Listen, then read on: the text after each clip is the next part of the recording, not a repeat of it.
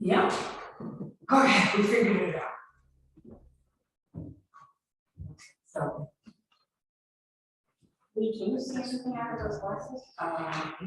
Can I see anything out of them? Out of your glasses, they look like they're on your lens. They kind of are, but I was looking down at my blasted phone, and that is, That's just for that reading. works for me, because they're really only reading glasses. If I have them like this, I can't see you. If I have them all the way up, on top of that, just as soon as I did that, They fog up. Well, I hated those masks. Same thing. Zoom is on and recording. great. Has anybody joined us on Zoom? Yes. Cindy Phillips, Christine. Well, I considered zooming in myself. There's an iPhone here. If that one, Margaret Dudley and Jim Bernard. Great, welcome. And Cindy Phillips. I'm Nice. here. Okay. Christine Muma requested that people please talk one at a time because it's difficult. I think that's safe to say. Do you want me to say? Yeah.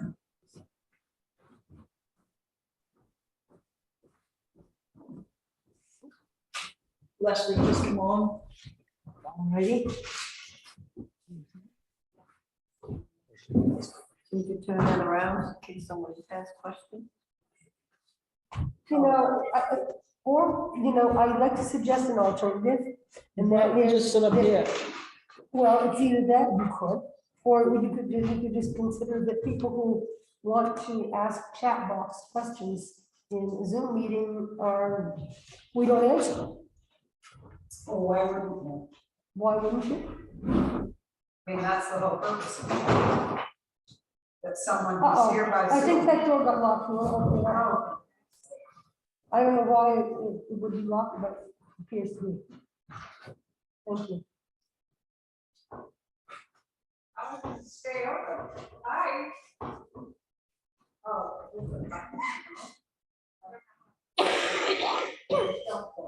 Well, just don't shut them. Yeah, just barely shut Here we go.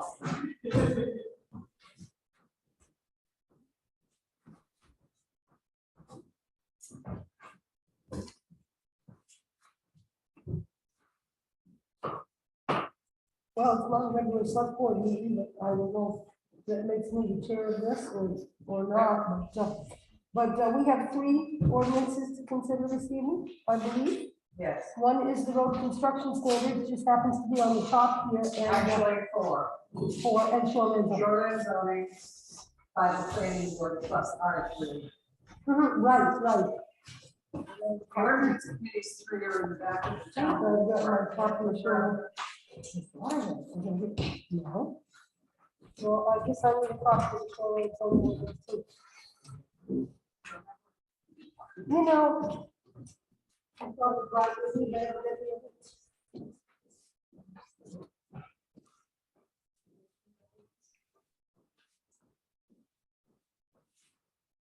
I just took what you need. Well, in any case, just because it happens to be on the top of my file, I'm going to discuss the road construction standards, which has an amendment. Which is on page 92 in the back of the town report. All right, too. There you go. Nice. I haven't had a chance to look at the town report yet, but I like that color picture. Isn't that fancy? Isn't that nice? That It'd is be nice. better if I was in it, but it's very. Oh, yes.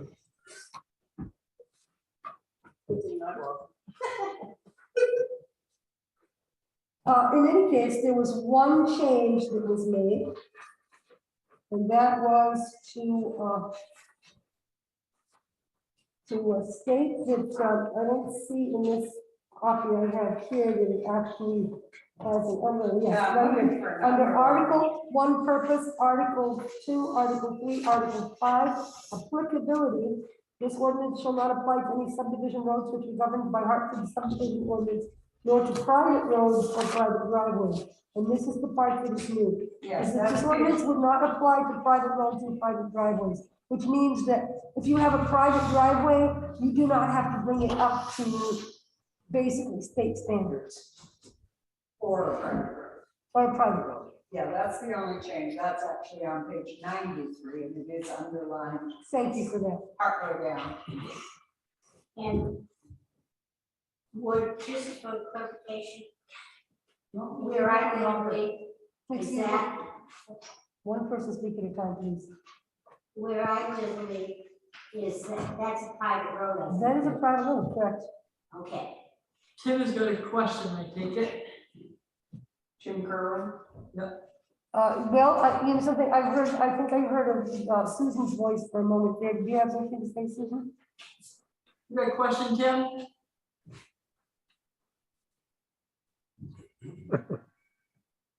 Guess not.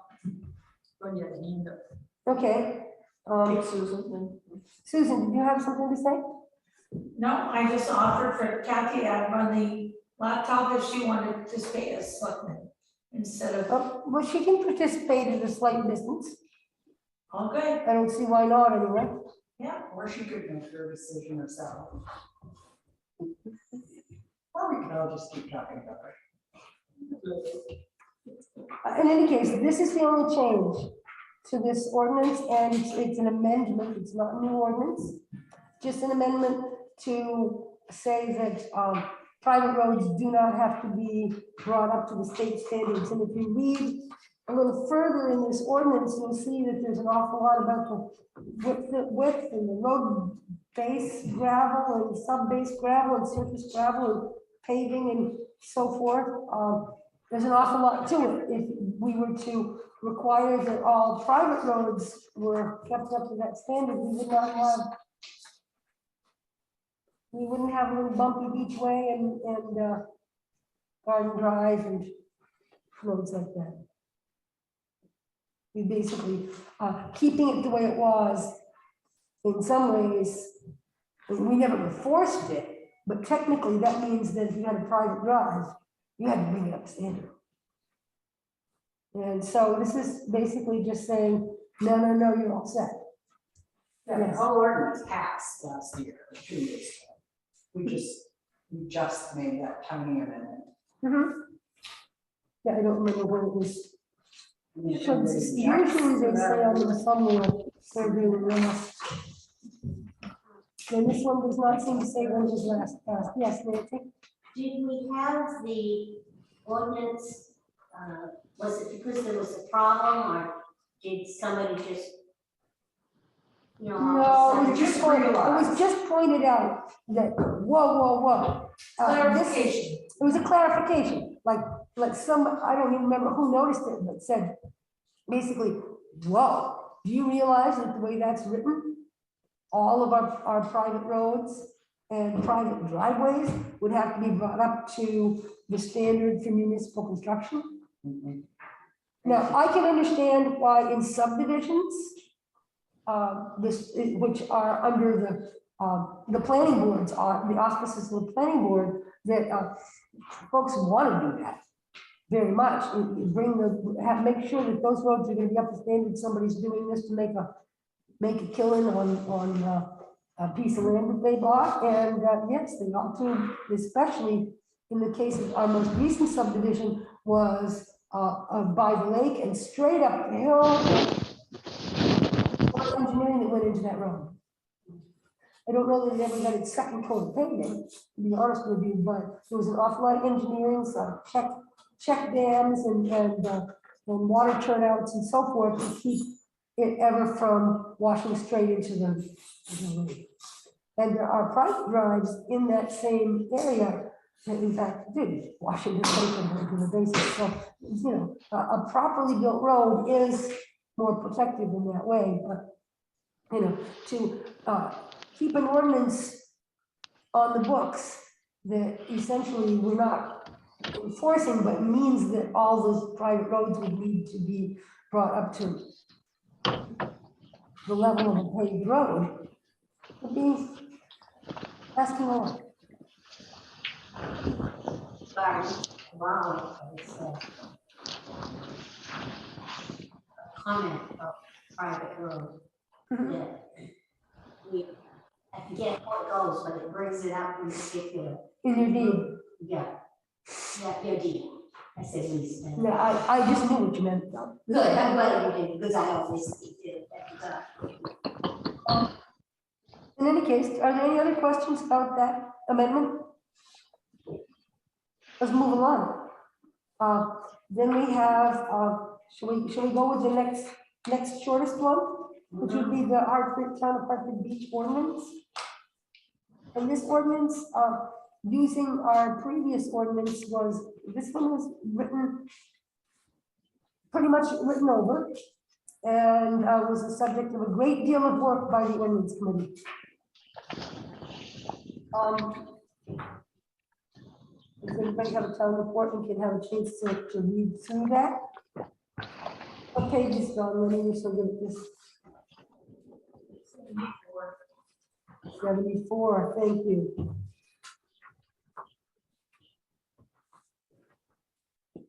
There you go. Well, in any case, and what you see in the town report has underlines and strikeout. Basically, so that shows you the strikeout is the parts that were the old ordinance, and the new ordinance is the underlined parts.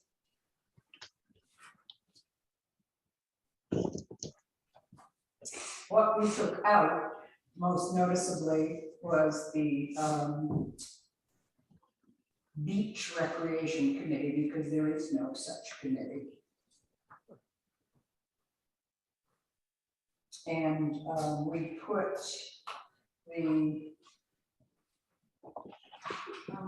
we made a health and safety section. Trying to remember which one that was.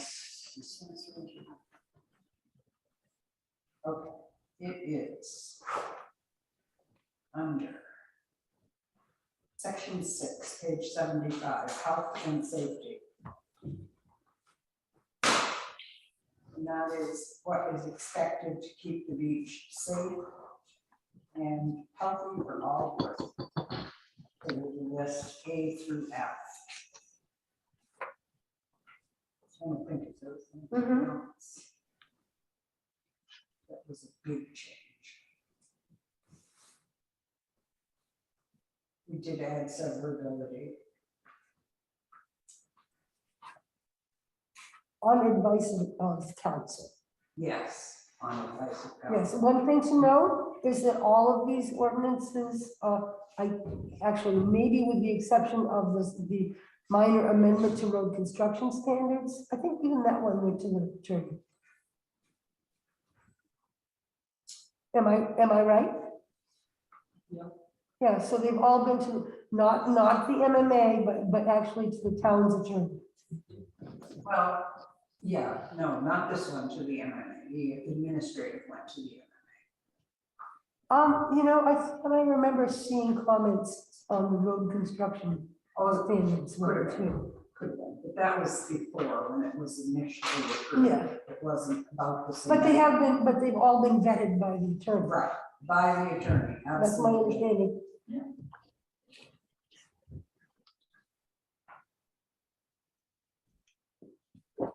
There's some new language under parking permits.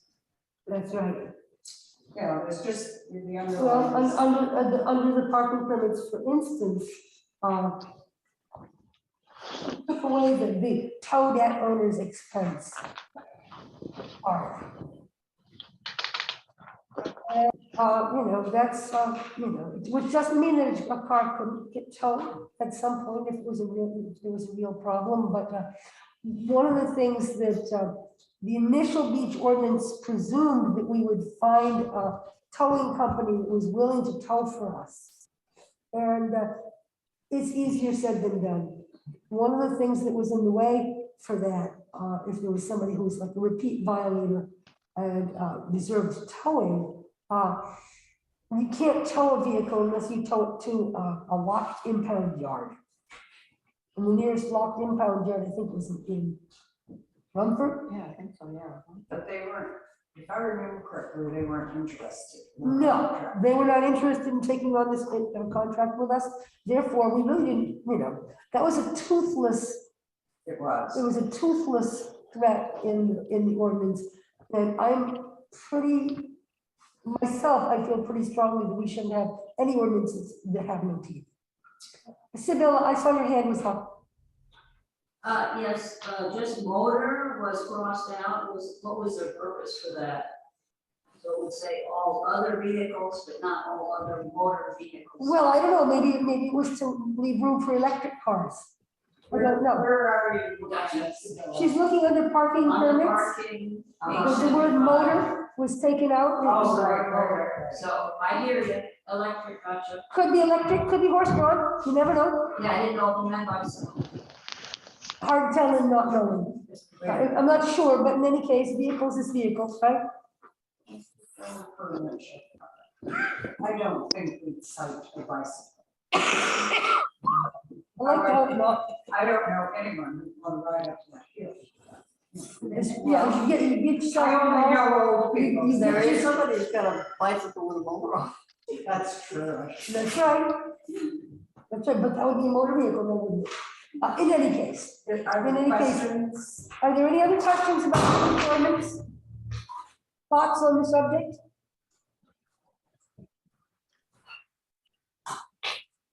Anybody on Zoom have any questions? It's not. Wow, hearing none, moving right along, yay, folks. Administrative ordinance, part 2 is what this is being called. This is actually the real administrative ordinance. The ordinance we have now that's called administrative ordinance is in fact an ethics ordinance. Yes, that's. And it was placed in, it was called an administrative ordinance when it was created, but it was put in place because, well, there were some ethical questions, and we wanted to make sure that we had a code of ethics in force for elected officials and committee members and so forth. It's page 78. Thank you. And if I could just speak to it before we, You can, but let me go in. she's fine.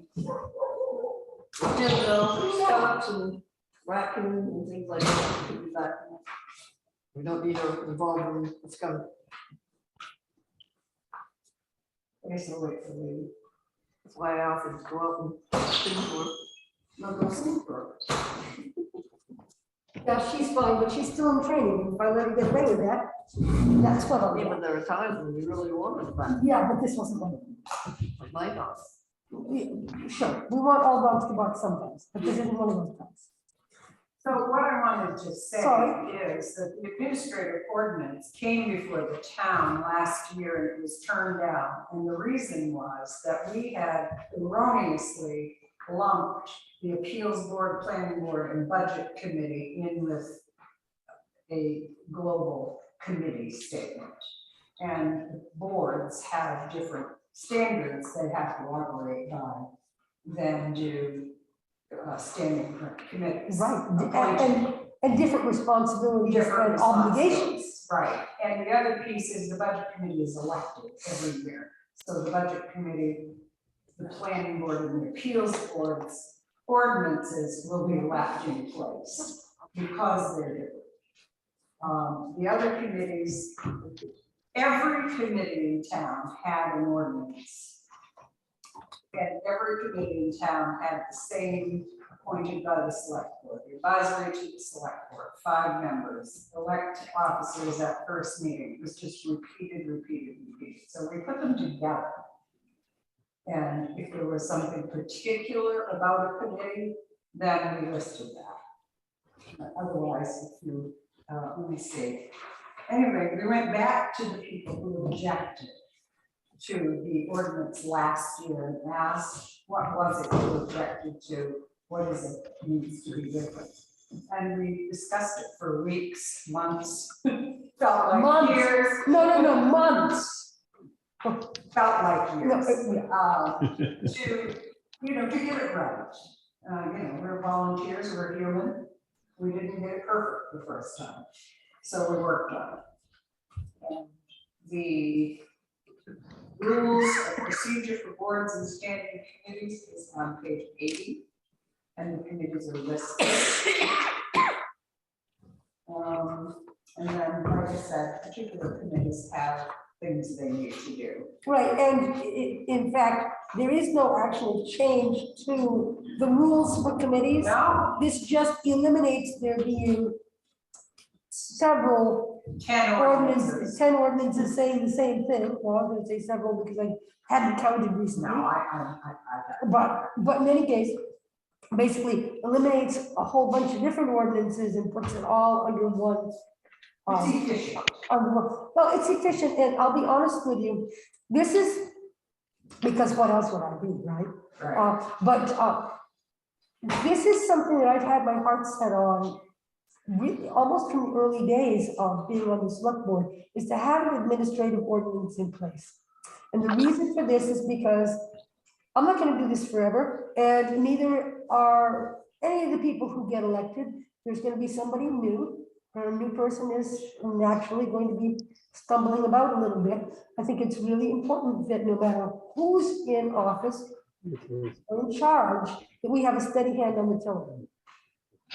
And that's why I wanted to see us have an administrative ordinance. Yes. I think as being a year and a half member of the ordinance committee, I felt like there was so much redundancy in all these committees that lumping them all together and creating a one overall umbrella for all these committees made so much sense than to add another 4 pages of the same information shared every time. Except I directed you to the wrong page. It's actually 87, middle of the page, section 5, boards, committees, and authorities, where it's all laid out. Yeah, also, yeah, And ordinance planning board, committee notes where we. and planning board on page 88 says, see existing planning board ordinance, feels board the same, but Yeah. it's the existing. And then, That's why he's discussing the same thing. We're yeah, just trying to merge all these committees under the same rules that they're already inundated, but why create 2-page committee when they can all fall under the same market umbrella type thing? Right.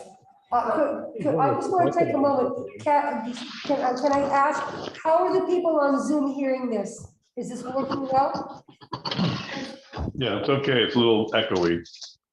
Well, there you go. yeah. Anyway, that was the part of the ordinance that was objected to and the reason it didn't pass. So we addressed it. And so that's why we wanted to direct your attention to it.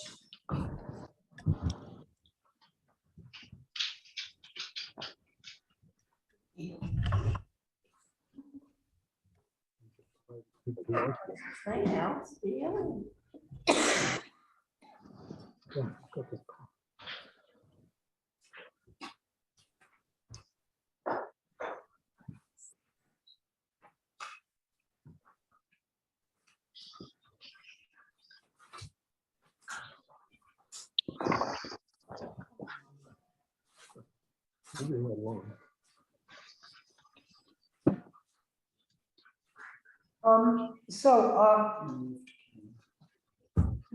Does anybody have any questions about this? This is not an amendment.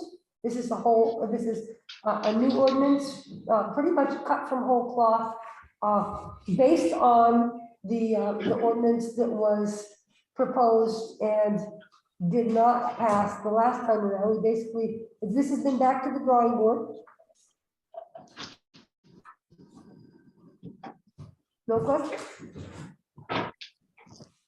We have worked on the last Yes. set prior to, I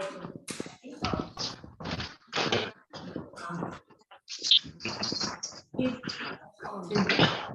did you go, just Say mute them, Kathy. Somebody has to do it.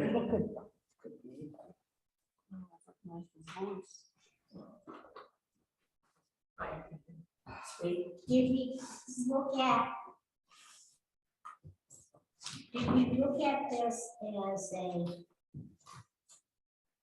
did we have to do it to all the committees on this from what we worked on the first time? No, Nancy, the parts that we changed, we cleaned up some language. Yeah. And we changed the parts about committees.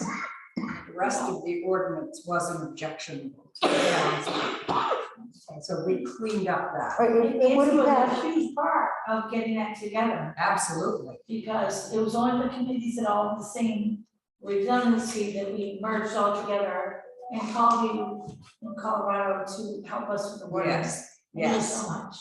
Well, you're welcome. I only aged 4 or 5 years in that, Us 3 too. months. Oh, yeah, Oh, my God. it was rough. Yeah. But for people who are wondering what we just reacted, she was looking at her phone and, Well, we don't even want to talk. okay, she, so, Another, yeah. you Another know, one. just.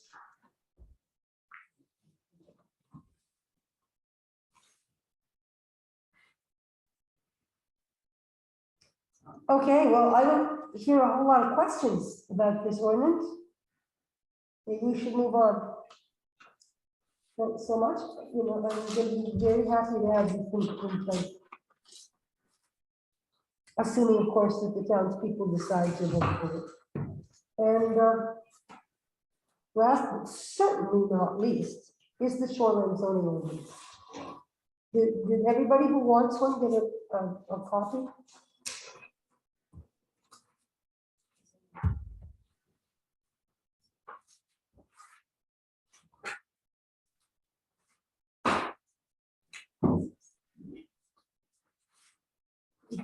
Appear to be, does not appear to be in the town report, which is understandable because we have to mail the town report.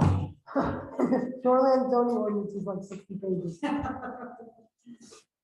So there are copies of that for anybody else who'd like to take a closer look at it.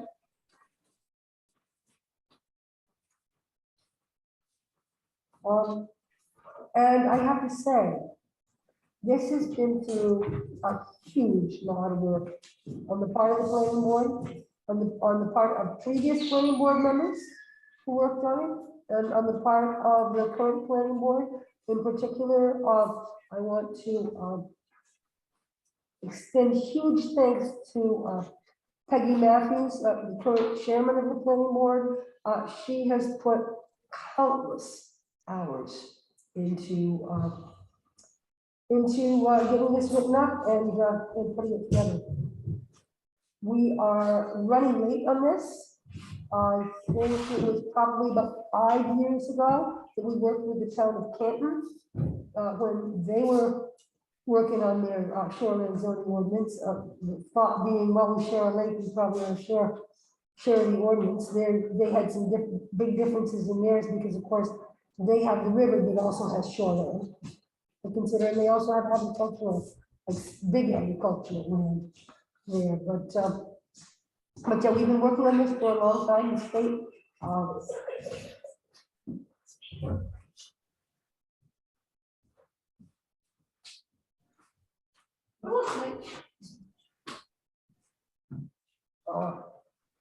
the state wanted us to adopt chapter 1000.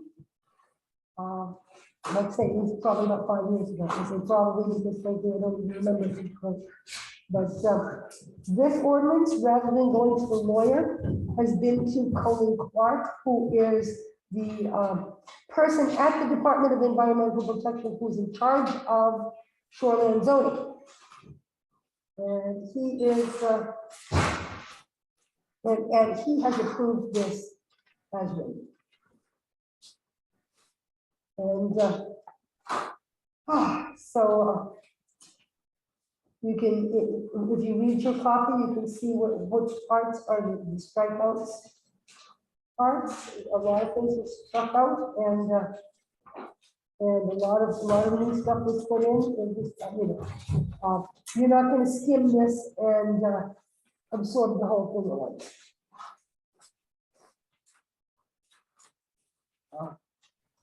And I gotta say, Did you say you approved it? I believe so. That's my understanding. And as I say, it's beyond critical for the town of Hartford and for our lakes to have the shoreline, to adopt the new shoreline zoning ordinance and get it in place. At this point, it's, you know, it's a problem for the code officer to work with. Yeah, you know, and there are situations here in Hartford that had this been in place would not have taken place. You know, buildings that have been built that were probably too close to the water or stuff like that, yes. So as a person that sits on Bear Pond, with two properties, one being my deceased mother's, we need to, not only refinance to pay off other children, other inheritance, but also to cut down some very dangerous, very tall pine trees, being that we were the first cottages on Bear Pond in the 50s to be built. And shoreline, the new shoreline zoning affected everything, even though it's not approved, but things that through our mortgage and the new water flood zones that were done during the, implemented during the Obama and Biden things for shorelands and environmental, certainly affected our new refinance mortgage, but also in a good way, affected how we were to cut the trees. Our new CEO came out, looked at some of the environmental impacts last year. And even though I might be on the other side of the aisle of that, it made a lot of sense, paid to get an arborist in there, and a year later, things are looking really good with very little Nice. erosion, so I'm pretty happy, despite the fees we had to pay to get there. Yeah, and updates on the dam, the BPIA, Bear Pond Improvement Association.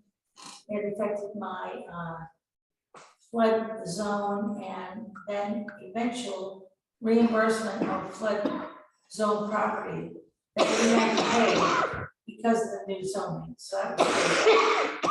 They reimbursed me thousands. So that was good. Wow. Got a question, Tim? No. Nancy, you had a question? I've been here for a lot of years, and I mean, I remember having to fight to get a permission to cut down, I think Kay Hawkins. Yeah. Yeah, there was such a person, yes, Yes, code officer. and we had a tree sitting not from here to Jeff, from our house. And it was in the way the wind would blow, you know, mostly coming from the lake and from upstream. And we fought like crazy to get that cut. Here it was our house and everything else just precedence over what our family. And I'm pleased to see a shoreline zone. It appears, in looking at it very quickly, that this takes into saving the environment, but also being aware that for some people, this is their only property. And if something, I just think this is more Right, reasonable there you go. than what we Right. went through. Only property or not, you still don't want Right. trees falling over. And one of the things about those great big beautiful pines is they don't last forever. And big and beautiful though they may be, the time comes time, they gotta go. And that's a And good probably just change. as well not to wait until they're completely dead. So in any case, you know, and I won't argue that I much think it's one way or smooth another. falling for Hartford, and I think it's smooth falling for people looking to spend a lot of money on a home on the waterfront. And or if somebody's anywhere. gonna have a home on the waterfront, they're gonna spend a lot of money. Let's face it, it's just, that's the deal. Yeah. So. Yeah, in any case, do we have any questions from our Zoom audience? Nope. Not one. No questions, but Just, this is Tim Kerwin. I'm the president of the Lake Association in Annisaganacook.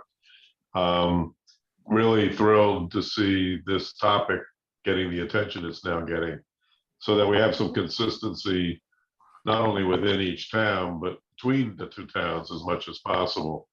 I'd like to take a close look at it before it goes to the town meeting for final approval.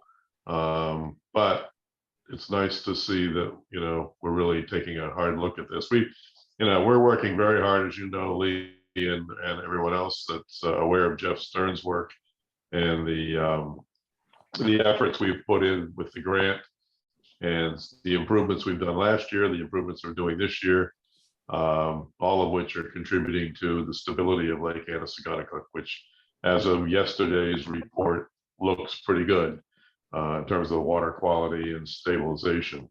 But it's a never-ending battle, and it's also a huge asset for the town. So, anything we can do to be helpful, we want to do. You may be aware, the lady from Bear Pond, I don't know if I can see her, but I'm not sure I know her. I understand from the president of their association a couple of days ago that their public access has been closed. Therefore, you can't launch a boat on Bear Pond right now. I think they're negotiating or trying to negotiate with the landowner to figure out how they can do something, but that may in fact encourage folks from that area to come to Lake Annisaganacook for a while. And those are things that affect the parking lot in Canton and the work we're doing there. We put the new picnic table in. So anyhow, just the point is, we're trying to make sure that the association takes a lead in improving and managing any of these shoreline rules and regulations. And we're not in the enforcement business, but the CEOs, of course, need to really keep an eye on things, and appreciate all your support. Thanks, Tim. I see a number of hands. Susan's hand was the first to go up. I just want to speak, I don't speak on behalf of BPIA, Bear Pond Improvement Association, though I am a member. Lake access has not been terminated at this point through our private boat launch by donation, but will be. We're looking at other options. We've got great people like Jen and Chad who serve on the for environmental. They're on top of that a lot. By the way, last year BPIA Bear Pond tested water qualities higher than like New York suburbs standards. Just incredible things that the Lake Association Bear Pond Association is trying to do out there. So, and they pay like 75%. Lake access and pond access pay about 70–75% of Hartford's taxes. So it's really important to keep these ponds and lakes pure. And so Absolutely, I want to live here. No question. And pay the higher rates of taxes, which keep our landlocked locations lower taxes. Lenny. I had my hand up because I had read that was closing in 2023. It is. Yeah, okay. I didn't think it was current. And the other thing is, that's the reason the beach ordinance is so strict. Right. Is the water quality of the lake. Absolutely. It's closing and year in. When all the boats are off the lake this year, that's it. Oh, You're oh, not And after come that, back in October. after that, boats cannot be launched After the anymore. boats come off the lake this year from Bear Pond, the boat launch is closing. oh, wow. Well, that'll make Bear Pond a lot more quiet on the weekends now, won't it? That's over on, Huh? what's that road? It's shutting down this fall, Oh, wow. but you'll be able to get your boats off the lake. They're not gonna strand anybody on the lake. But they're There shutting are other down. accesses on the lake, and if people want to treat those with respect and There are other accesses? private accesses. If you know somebody who can kayak.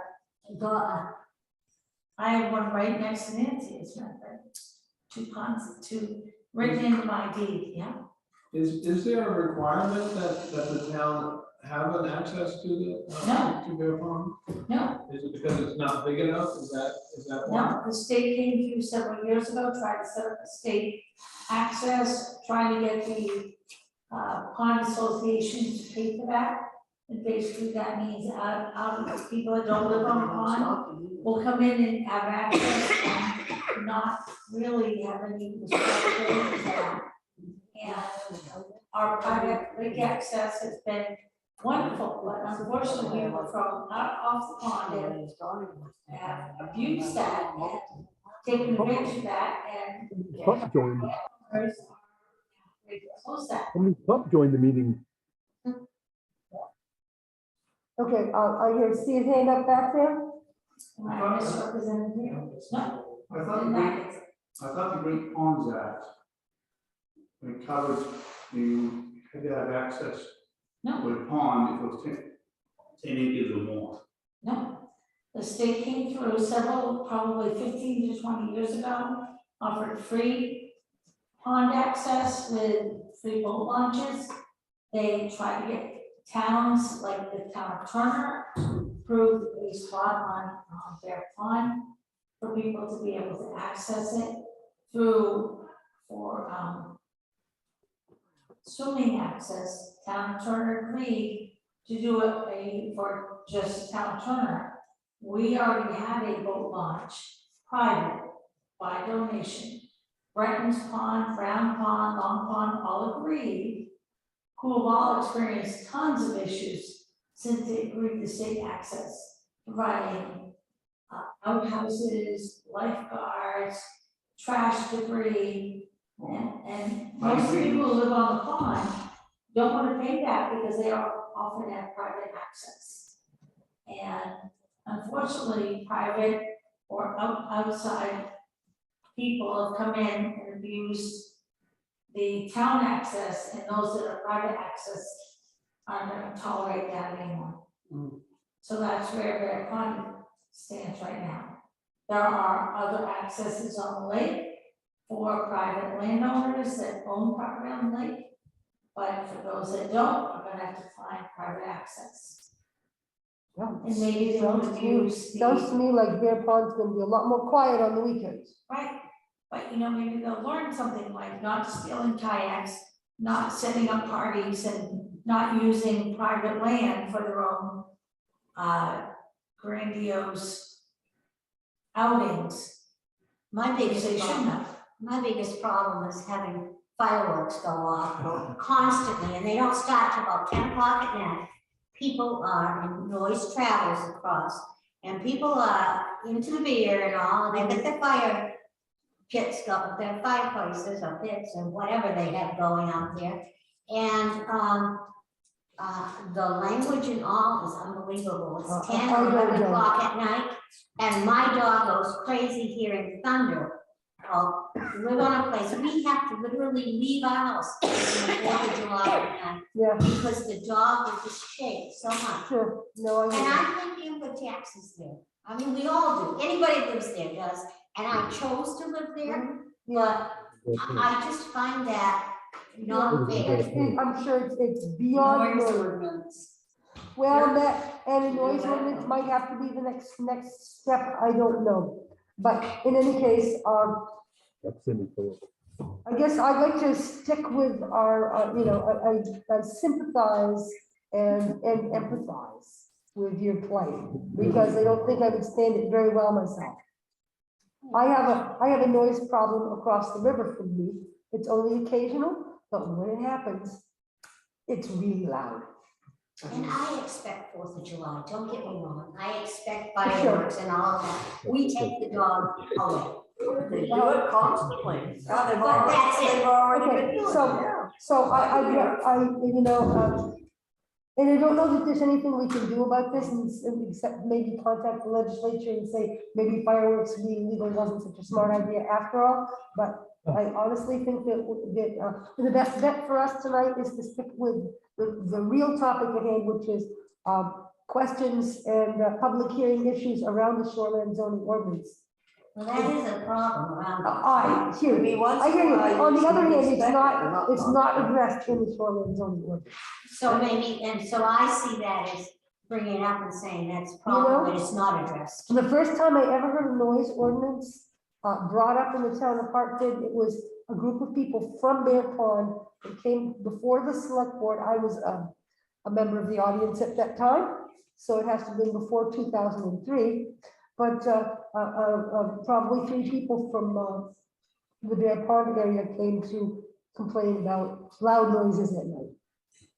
Yes. Actually, making loud and unreasonable noise is considered disorderly conduct in Maine. And there is a statewide noise ordinance. It's 7 a.m. to 10 p.m.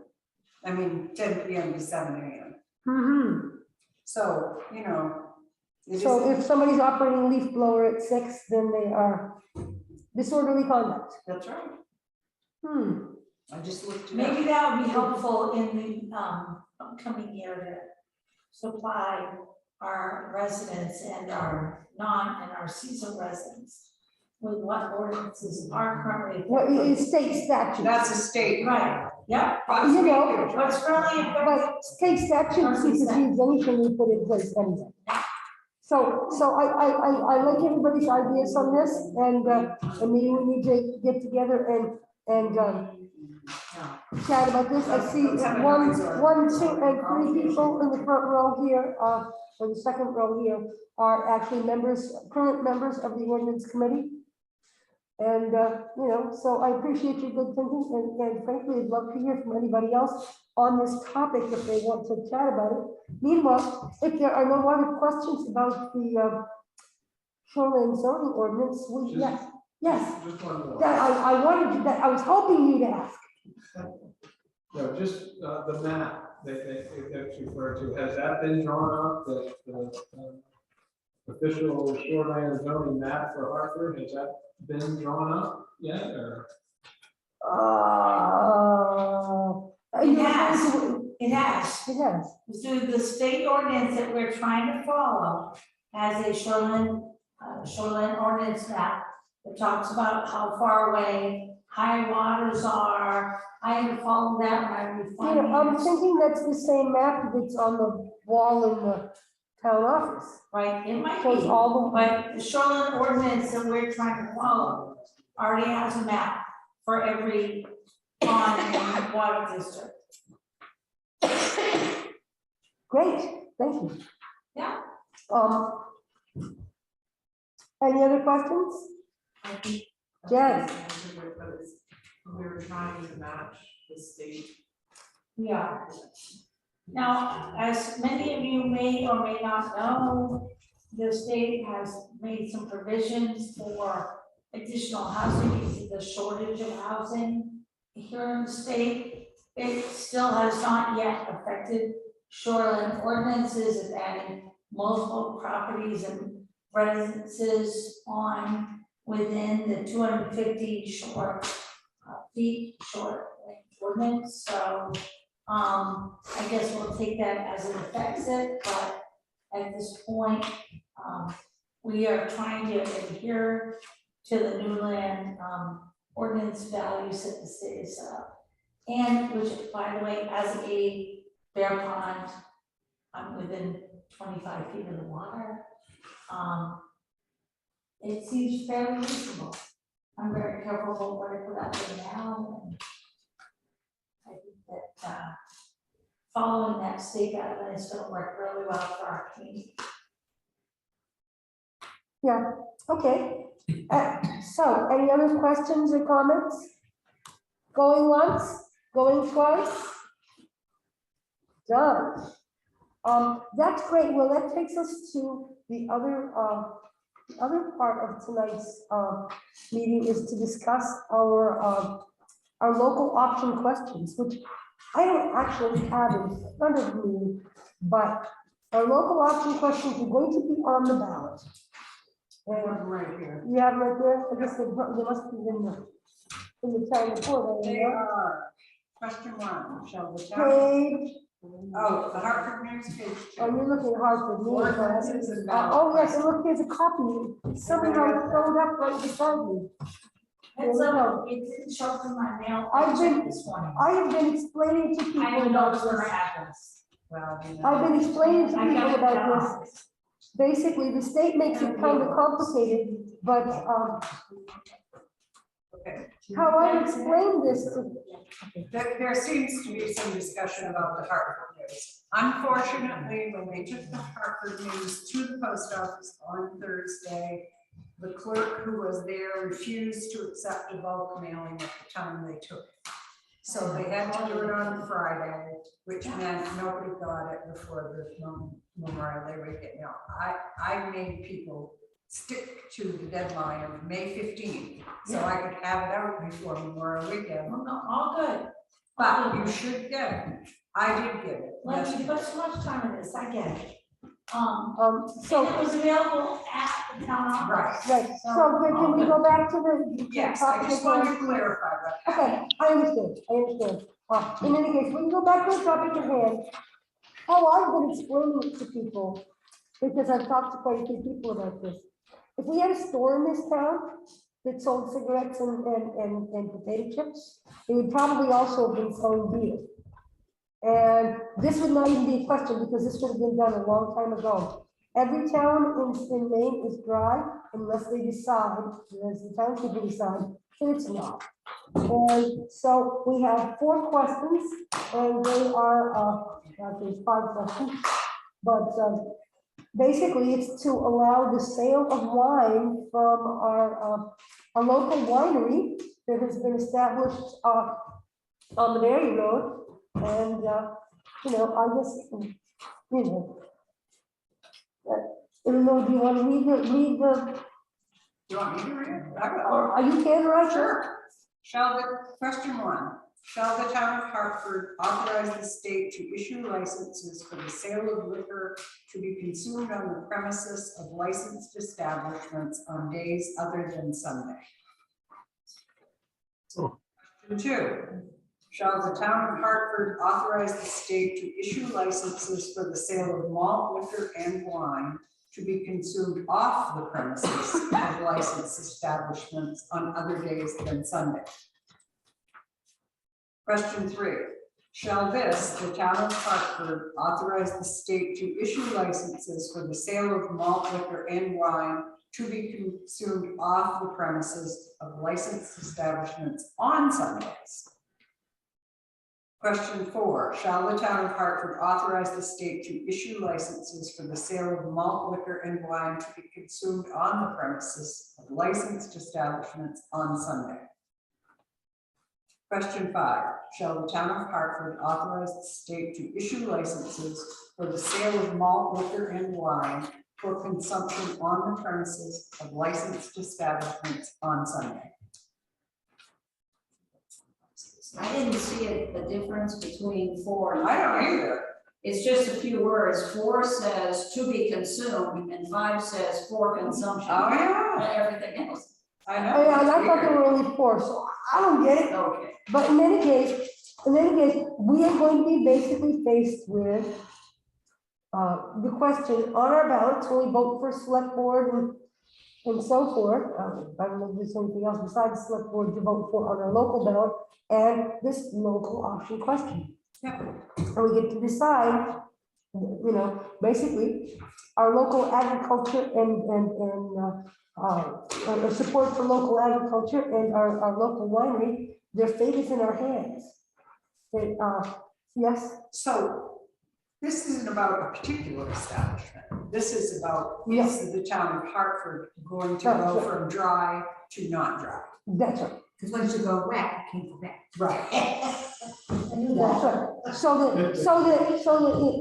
if somebody decided to open up a store, Right. the state would be authorized to Or a issue a bar, license. or a bar. Yep, or a bar, Or bar, like the bucket and, like the bucket in Buckfield. Yes, Sibylla. Is there already a business in the town of Hartford? That is authorized to sell liquor? No, just a business. oh, Oh, there's any number of businesses. Bim, besides being road commissioner, has a business. Jeremy Johnson has, well, look at the ads. in the Well, they said Hartford yeah, News. look at the ads in the back of the Hartford News. There's quite a few businesses. There's a honey farm, there is, you know, We don't really have storefronts, so We don't to have speak. storefronts so much. I guess that's what I'm more thinking of. Yeah, okay, no, not so much. Not so much. Well, actually, yes, there is a business, if you consider a manufacturing business on the top of Town Farm Hill. There is a plastic Oh, that's right. plastic extrusion or molding, main molding machine. Yeah, they mold. You got a machine shop up there and there's molding plastic bits. But we do in fact have Contracted, many contracted businesses. stuff, so with that. How many businesses do we have in Hartford? Well, you know, Yeah. it's hard telling, not knowing, because most of our businesses, we have quite a few businesses that are little farm stand kind of businesses. Yeah. And, There should and be a frankly, record of that and so it's somewhere. more, they're popping up all over the place now that we have, the state has passed the food sovereignty. We have specifically in the Hartford News, Neil's Farms, Cozy Kennels. Yeah, I did see those things. Oh, okay. Lavity Construction, yep, there you go, So, yes. so is this an effort by, who generated this? Is this, was a specific business generating Yes. this, or was it? Your neighbors over here, Okay. they actually are your neighbors. You Yeah. drive by their place, so it's the old Bev and Earl Murphy's place. This is Jen Bonaventura and Chad Casey of Bonaventura Vineyards. And they are making wine. If you missed out on the open house, I'm sorry about that, because it was actually really pleasant. Excuse me, sir. Mr. Violet. I don't have a question. Oh, sorry. Okay, I answered his question. okay. I just want to make a statement. I live on that side of Berry Road. In the time since this business has been up, they've improved the land to go by and see all the trees growing and all. You never hear loud parties. They've done everything to be part of a community. And I will speak highly as a citizen, and it is the biggest reason why I'm here tonight, because I wanted to be sure. It's somebody that would affect me, where I live. And I would take them for neighbors more than a lot of the neighbors I already have. There you go. There you And so go. I just So- want to go on the record to say, we need to do everything we can possibly do to support this business. You're preaching to the choir here. I can Yeah, tell well, you I'm that. just- I'm not accepting that. Yes, But I just want to say, I went to the open house, and what they've done with the old barn at Bev Murphy's place, I was invited into the house, but of course I never went into the barn because it was sort of a typical barn full of, barn stuff. What they've done with the barn is absolutely beautiful. They use it as a wedding barn, and it was airy and lovely, and they had samples of their wine, which, by the way, I'm not that much of a drinker, but it was very, very good. And they also showed some of their equipment. They've invested in a whole bunch of very shiny stainless steel, sanitary wine making equipment. I mean, this is not your uncle making wine in the back room and keeping it down somewhere. moonshiners. I Yeah, just it's want not, to it's say- just not. I just wanted to say that as a teetotaler who never drinks, I'm in favor of it. Yes.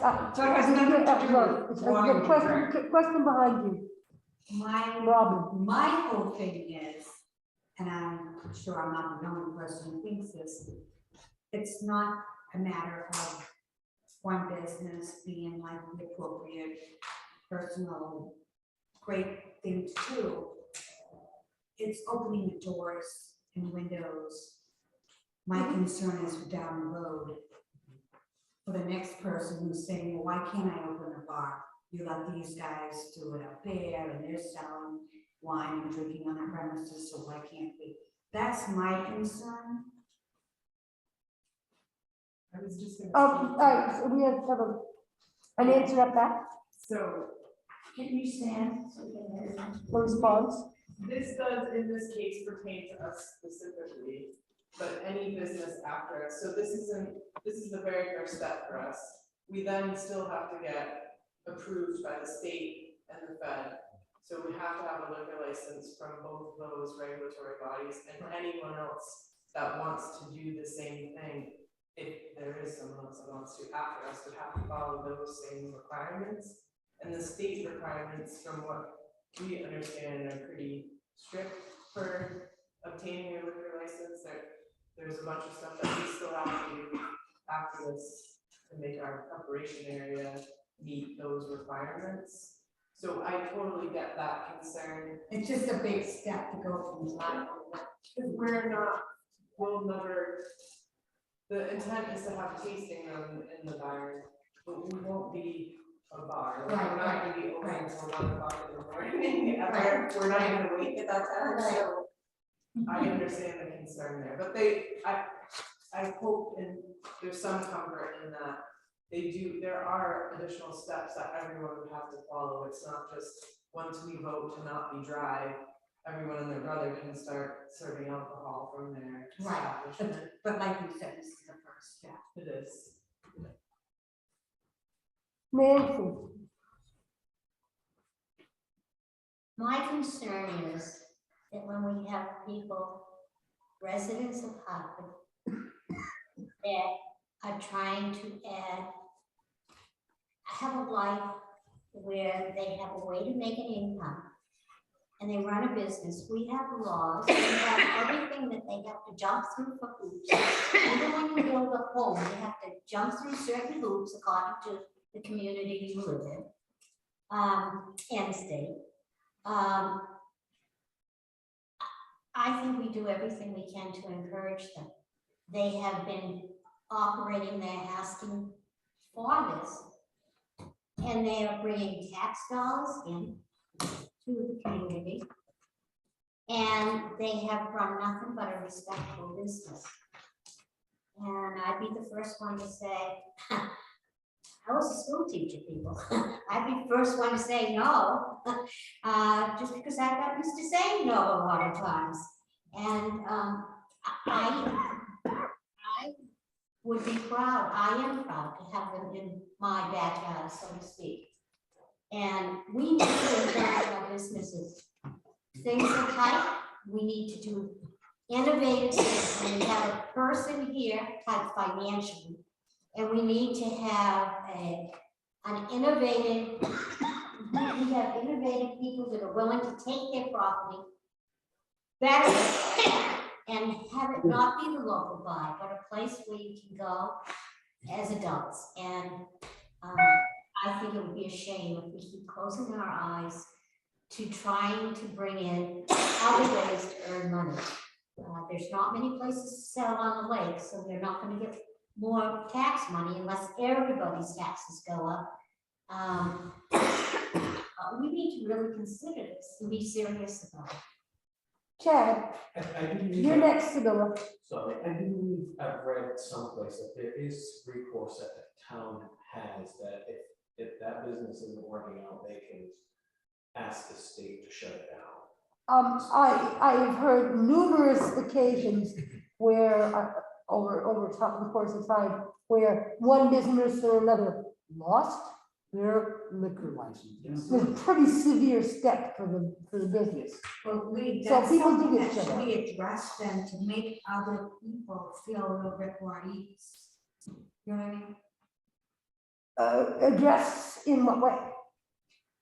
I mean, maybe people that are hearing about the new business, going from dry to wet, they might not realize.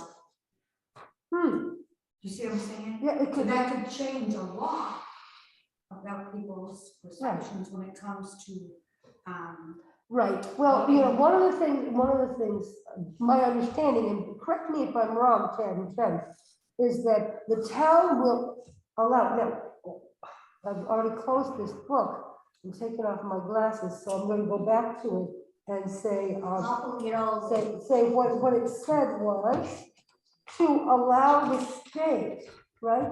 Shall the town of Hartford authorize the state to issue licenses. And that is how each one of these questions is worded. Shall the town of Hartford authorize the state? What we're saying is, that we're telling the state, okay, you're allowed to issue a license in our town. And yes, while that could apply to others, we are authorizing the state. The state is the arbiter of these things. Right. To the extent that, here's something probably most of you don't know. If somebody wants to hold their wedding in the town hall, and it has happened, and they want to serve alcohol, we actually get a form from the state that the select board has to look at it, decide who's going to be holding forth in the hall, and allow them to use liquor for that, beer, whatever they're having, for that occasion. We have to have a separate, it's a one-day liquor license, basically. And it's a state form. The state is the arbiter of all things to do with alcohol. And I'm sure they're going to keep it that way. And they're pretty serious about this. So I don't worry so much because whichever business takes this on has to really keep their noses clean, because otherwise they could lose their liquor license. And if they lose their liquor license, they're back to square one, or maybe even square -1. Right? Yes. Like, the one that comes to mind is the one in Bethel, where he opened up without masks. They took his liquor license. Right. Oh, right. right. Oh, that, Actually, I yeah. think he ended up selling it because he couldn't get back Yeah, to square one. That's right. right. Yeah. I really don't picture Hartford turning into South of the Memorial, I think so. because we have a wine tasting bar. I'm not into wine, but I have nothing against that business. Isabella, sorry, I know you were, So there's a distinction between whether to sell on Sundays or not Sundays, to include Sunday in it. And also the word liquor is in question number 1, so is that hard liquor? I believe it's malt liquor, is it not? The bottom 3 are malt liquor and wine, and the top one just says liquor. Yeah. So is that hard? There's a big distinction. Malt with a little beer, isn't it? I can explain that. Yeah. Yes, please, The liquor is half. please. So my name is Sue Boulay, I work for CM Brown, owner, my company owns Big Apple stores. We have convenience stores that sell hard alcohol and malt liquors is a big distinction. Having a liquor license and not having a liquor license.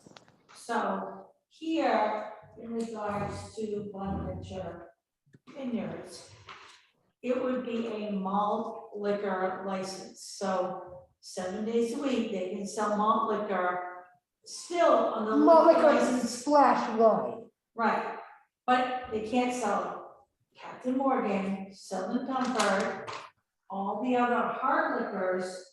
That requires a specialty liquor license. But still, all those liquors can't be sold after a certain amount of time on a Saturday night or any night of the week until the next morning. And so you can't buy alcohol at 2:30 in the morning, 6 in the morning, until the state of Maine says you can sell that. Now, I'm on the ordinance committee, but I'm also running for the upcoming selectmen's position that's opening up. I want to also say that many people approach me, I live on Berry Road to Bear Pond, actually right out Berry Road, Garden Drive. It is great when they have events because they're putting up extra signage, slows traffic down. I'm very affiliated with Ricker Hill because of my affiliation with CM Brown Big Apple stores. We do several conjoining functions with Ricker Hill hard cider, very similar, 7 days a week. Turner had to agree They to had that. done, they had done the same, they had to go through the same They have to process. go the same process. So, and Big Apple Stores is one of the groups that agreed to offer those Ricker Hill items in our stores. We're a family-owned company. The lady that's coughing. To our tax base. It adds to, it's not a bar joint.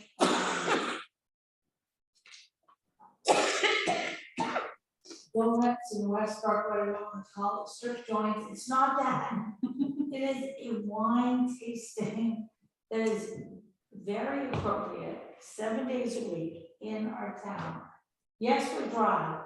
I happen, I'm gonna admit it right today, the end of the day, before I came here, I stopped at the Big Apple store, which, you know, pays my salary, and I happened to pick up a 12-pack of Truly.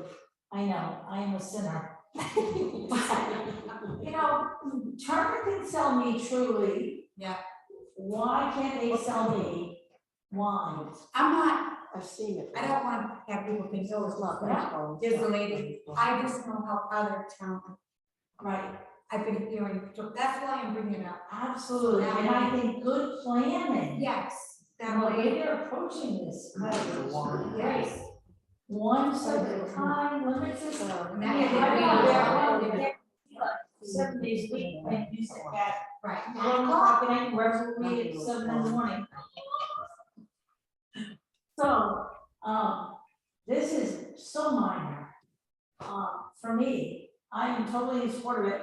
I also am the person that was running the Oxford Hills Chamber of Commerce when the casino came in, we had no jobs, all these people out of work. We were trying to create a bigger business base. We added the town of Hartford to the Oxford Hills Chamber of Commerce business base to help grow the whole community, which has given us a great opportunity in our towns to get cross promotion, to get people buying online, get people buying and coming to visit us, which will help pay my taxes, your taxes, on our taxes. Yeah, Nancy, our taxes.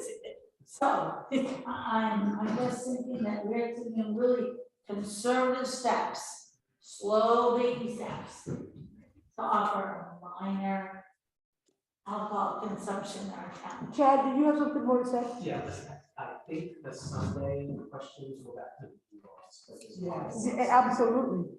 Stores used to be closed on Sunday, now we just have to ask and make sure it's okay to do things on Sunday. You used to not be able to buy alcohol on Sunday, so that's why there's two distinctions, because they added the Sundays later on. Is there still 12 o'clock? Yeah, I remember, I think everyone in this room remembers when everything was closed on Sunday. Everything was. Well, you Yeah, know, yeah. Nothing till after 12. Even the restaurants. The malls and everything. Don't forget closed. the fifth and the third and the fourth. Somehow we Oh, survived. my God, that's perfect. Right. Well, Sunday for family day. okay, so, I wanna move along here, but Sibylla, I see you have. Along the same lines as just, you know, going from dry to not dry and what that could possibly mean. And I like the word conservative because, you know, making conservative moves for a small town is good. But I was thinking about the pot now. I mean, every other corner in Turner has a pot store. And I Right. know the second that there's like that openness here, that's gonna be a very big Well, and temptation, that and is- it will help with taxes, but I'm not. And I will just, for the record, I will state that the ordinance committee did start to work on an ordinance around marijuana establishments. And it is an opt-in kind of, it's an opt-out situation where, you know. I thought unless we there's already a- had one in Hartford, no? What's that? We don't have. We do not Oh, have any okay. ordinance in Right, Hartford. yeah. And I Yeah, suspect well, that this is, and I will just state that I suspect that this is one of the things we're going to work on. What we actually interviewed some people who are in the cannabis industry here in town. And what they wanted to do is to be able to continue to provide their medical cannabis. Nobody was interested in having a pot shop or a marijuana bar or something like that. And these are the kind of things that we would have to decide in drafting such an ordinance. So, and I guess I would have to say that drafting such an ordinance is undoubtedly in our future. when I came to, I can't remember, I think it might have been the shoreline zoning hearing. It was, or maybe it was the last of our ordinance meetings. I was listening into a Bluetooth in my ear to an emergency meeting in Buckfield, where they determined that they were going to put an ordinance because somebody wants to open a pop shop across from Tilton's. And you know, they had determined it was an emergency. Of course, then I came to this meeting, a meeting here, and I had to drop listening in on that meeting. So I don't know what actually happened, but in any case, you know, I think that's probably one of the ordinances that we will be looking at going forward. So that said, you know, do we have a question online? Yeah. Christine Numa has a question. She said, in a business in Hatfield who chooses to sell alcohol must be licensed by the state, which I believe is different from the agricultural ordinance where I can sell my own honey or produce and so on. Yeah. Correct. Yes. Right. Agricultural versus. Yeah. I think the important thing to remember in all of it is that they're still regulated by the state. And that's, you know, the state is going to regulate them just the same way they're going to regulate any of the bars in downtown Auburn or Portland or whatever. So I think this is a good thing for the town. I think it brings, I think they're doing a great job, and I'm 100% in support of this. Christine Newbound. Wasn't the purpose of this meeting on tonight's Any agenda? other questions? Well, because we've divided our hearings into two different nights, because we would have gone straight from this to budget hearing to candidates night and so forth. Tomorrow is our select board meeting. We're starting our ordinance meeting, our budget hearing at 6 p.m. going through the budget articles in the town report. And then from there, we will also have candidates night. And what the heck else? Oh, yes, we're also going to talk about the use of the ARPA funds and the decisions the select board made around that, because we need town people's approval. And winter road closings. All right, so yeah, there's so much. I have so my much hand going up on. because wasn't the purpose of Jen and Chad coming so they could talk about their business? I mean, I would love to hear about. could we hear about it? We can, but we were truly just coming to be able to answer everyone's questions or concerns. I would really like to hear like a short synopsis of what their plan is and why it's on the ballot. If you guys don't. No, I mean. I'd like to know if I can come this. It's too bad you were out of town. Too bad you were out of town the other. On the 21st. I don't know, I mean, tell me to shut up once I'm saying, we bought the property in 2015. We're both born and raised Mainers, have lived here our whole entire lives. Chad's from Mexico, I grew up in Wyndham.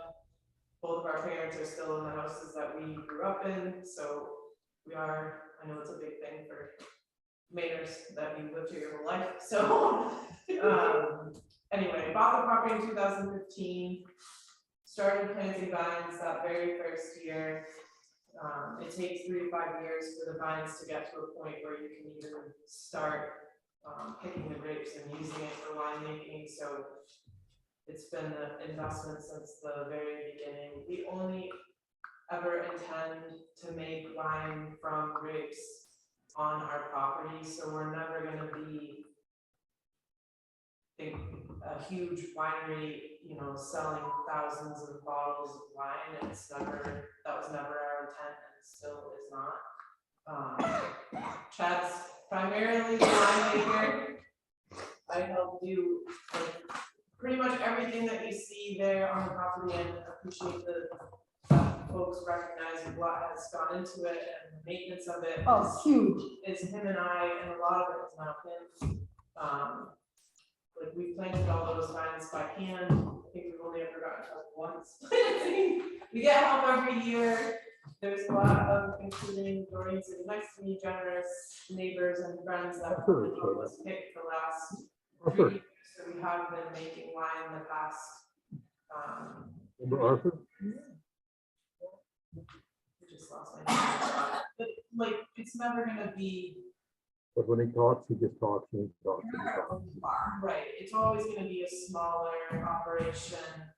The original intent of the barn was always to have that serve as our tasting room. We actually never originally intended to do weddings. That just is one of those things that, yeah, evolved in the process of owning the property.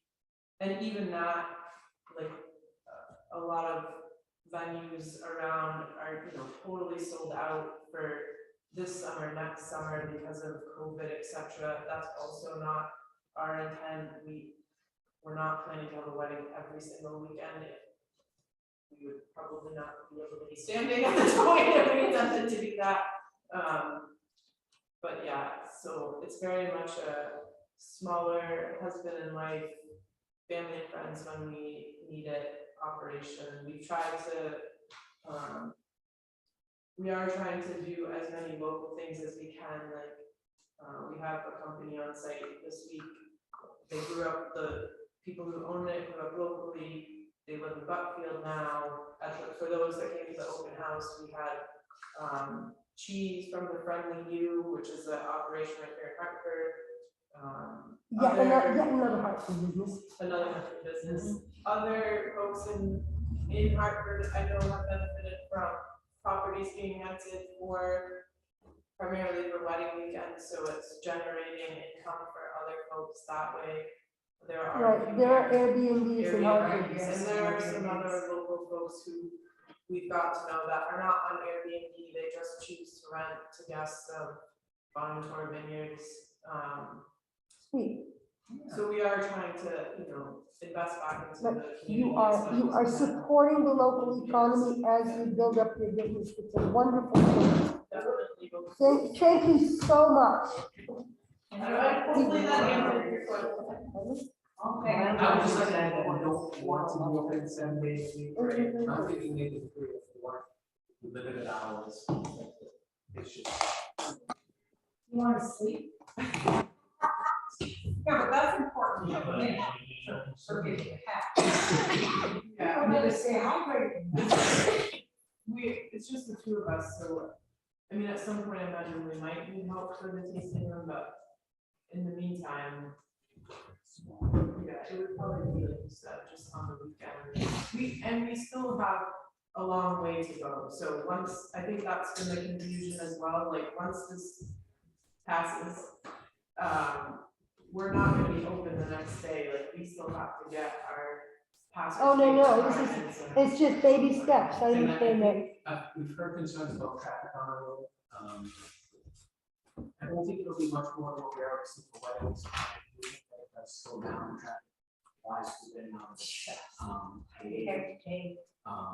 so hopefully that will slow it down. There's nothing like fresh pavement to make them drive quicker, right? It's so true. Question, Tim? Tim, you have a question? Whoops. Well, if we don't have any more questions, I'm going to say that I'm going to call this hearing to a close and invite you all to show up tomorrow for our budget hearing, candidates night, talk about our ARPA funds and winter road closures. And if you even have it in there, you can stick around because we're going to have a select board meeting after that. How could we possibly have more fun in one night? Tomorrow night is at 6 o'clock. Yeah, so the hearing is 6, select board meeting will start at 7 as usual. Assuming of course we can get through that which we need to take care of. Hefty. It's asking a lot, but you know, maybe if we can stay on track, we can do what needs to be done and. Everyone likes to be heard. Yeah, there you go. That's why they call them hearings.